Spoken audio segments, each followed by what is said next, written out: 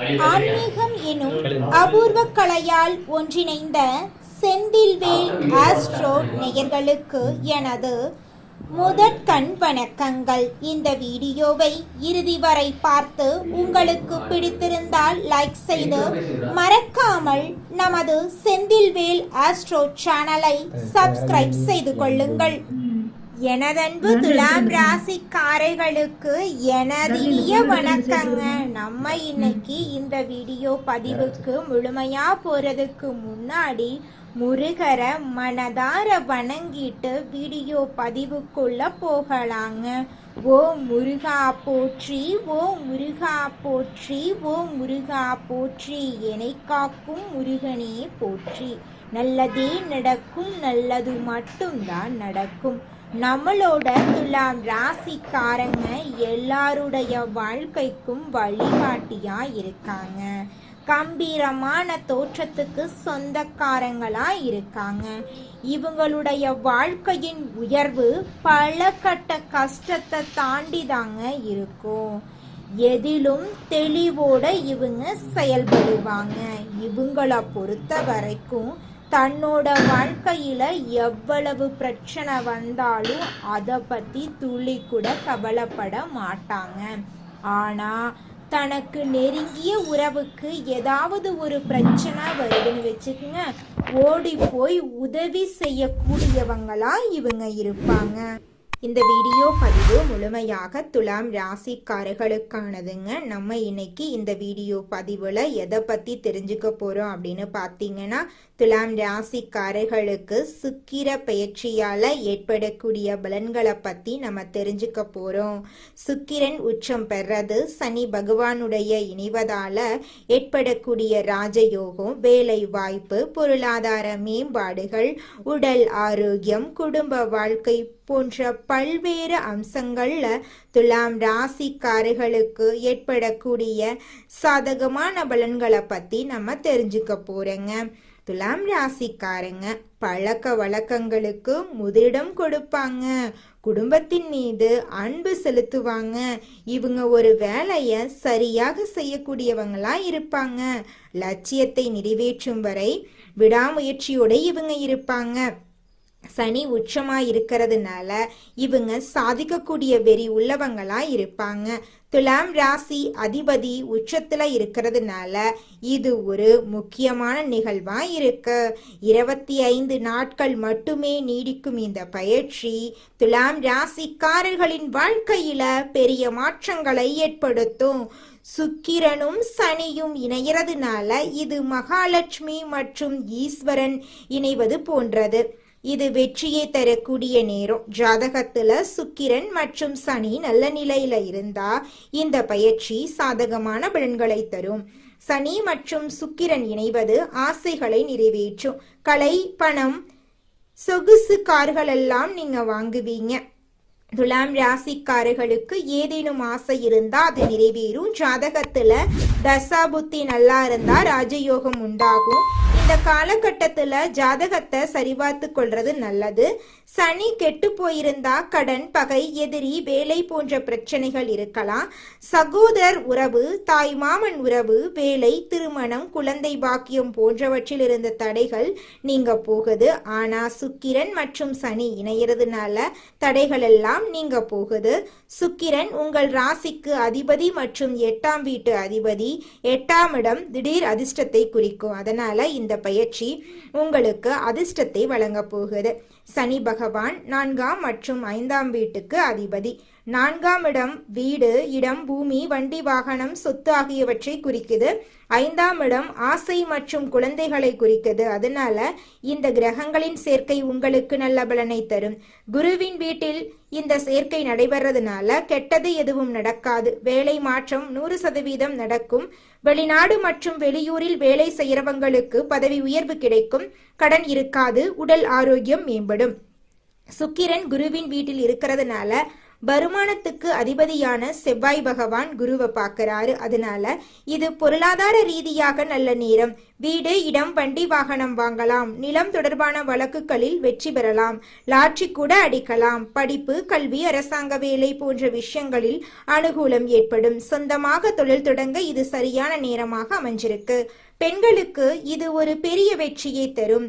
Commission, வியாபாரம், இரும்பு சார்ந்த வேலை, நெருப்பு சார்ந்த வேலை, ஐடி துறை, டிரைவர் வேலை, ரியல் எஸ்டேட் போன்ற துறைகளில் இருக்கிறவங்களுக்கு நல்ல மாற்றம் ஏற்படும். வங்கியில் வேலை செய்யறவங்களுக்கு பதவி உயர்வு, சம்பள உயர்வெல்லாம் கிடைக்க போகுதுங்க. அடுத்ததாக நம்முடைய துலாம் ராசியில் இருக்கக்கூடிய ஒவ்வொரு நட்சத்திரக்காரர்களுக்கும் இந்த மாதம் எப்படி அமைஞ்சிருக்குன்னு தெரிஞ்சுக்கலாங்க.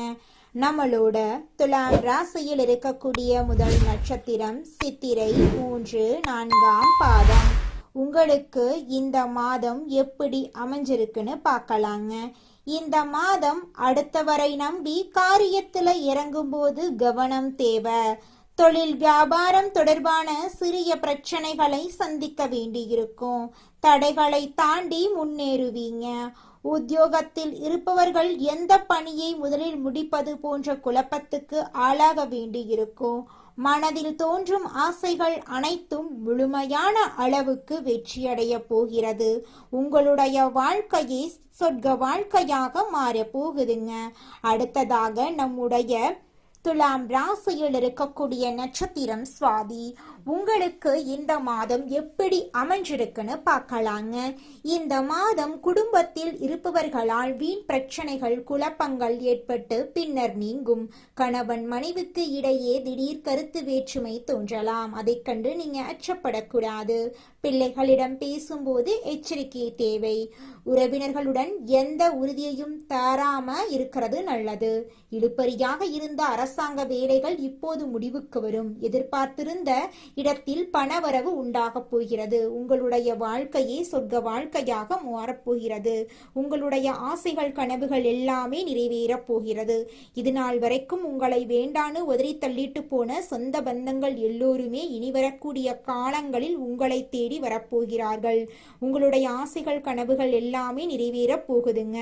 அடுத்ததாக நம்முடைய துலாம் ராசியில் இருக்கக்கூடிய நட்சத்திரம் விசாகம் 1, 2, 3 பாதங்கள். இந்த மாதம் அடுத்தவர்களுக்கு உதவிகள் செய்வதில் சங்கடமான சூழ்நிலை உண்டாகும்.